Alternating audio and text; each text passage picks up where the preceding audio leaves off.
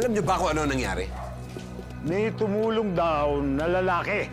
Naka-hold up naman nila si Salvador, ah. Na-hold up. Nabugbog. Pero ano, mas lalong tumapang yung gunggong na yun eh. Nagpunta sa presinto para magsumbong. Nagpa-police report. Ibig sabihin, lahat ng bata nyo naka-blatter sa presinto namin. Oh.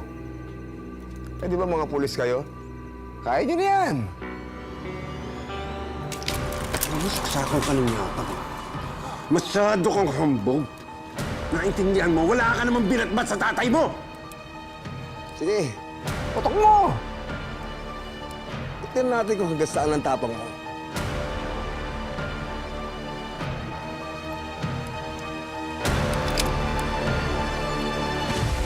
Django, huwag mong ipahiya ang sarili mo. Babayin ang mga baril nyo!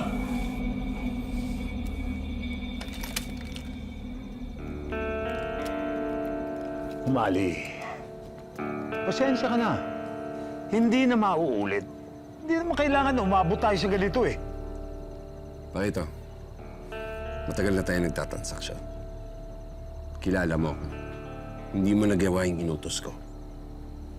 Kaya hindi kita babayaran. Sige na! Tara.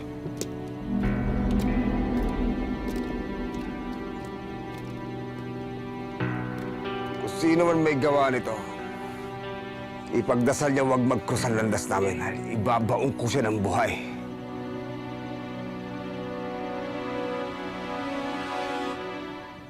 Sir, Ano, Mali? Nakausap niyo ba si Napakito?